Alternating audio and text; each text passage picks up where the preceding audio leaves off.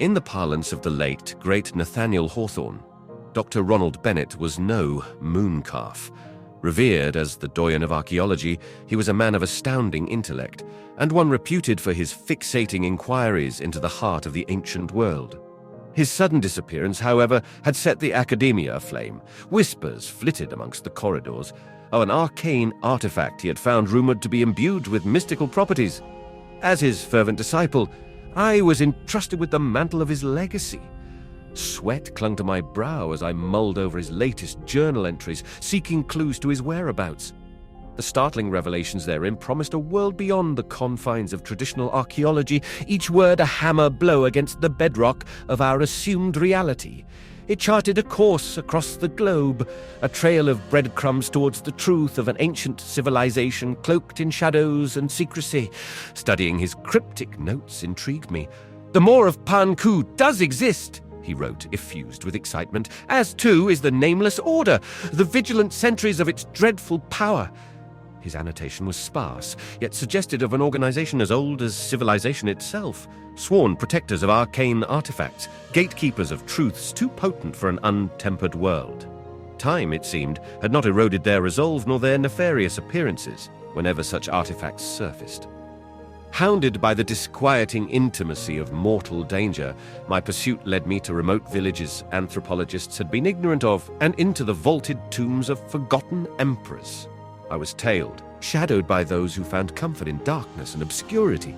Every advancing step I took was balanced by their receding footsteps. However, as inexorable as the journey was, the lore of the Moor of Pan-Ku captivated me. Each evidence, a carved glyph, a whisper in forgotten tongue, heightened the anticipation of a grand design etched in the eons-old relic. Notions of mystic powers and unseen forces toyed with my sanity, but I remained tethered to reality by Dr. Bennett's enduring perspective. The extraordinary is just the ordinary, with an added layer of complexity. Mirrors of deception reflected off each other, forming a dizzying labyrinth of secrets and clandestine trails. The air throbbed with trepidation, and yet, undeterred, I plunged deeper into the conspiratorial abyss, cognizant of the lurking Nameless Order. In deciphering Dr. Bennett's encoded language, unfathomable truths floated to the surface. Each discovery radiated more questions.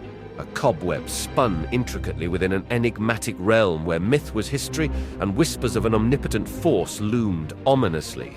Dr. Bennett was no mooncalf.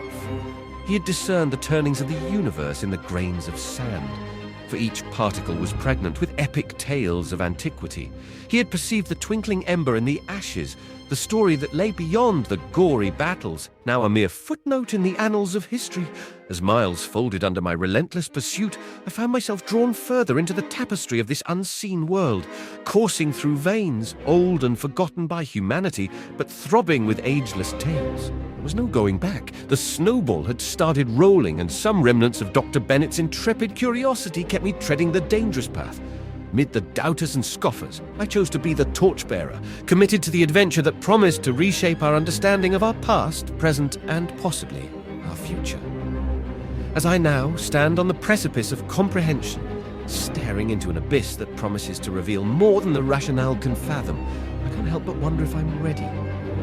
The path towards the truth left me doubting my own sanity, my beliefs. Every step was a battle, every revelation unsettling. But the cataclysmic convergence of ancient and modern worlds await at the heart of the labyrinth, truths too potent to be cloaked in shadow any longer. This odyssey, the torch passed down to me by Dr. Bennett, would soon mercifully find closure, or would it just be another step into another labyrinth? Perhaps, as Agatha Christie rightly said, the truth, however ugly in itself, is always curious and beautiful to seekers after it. And seekers we are, Dr. Bennett. Seekers we remain.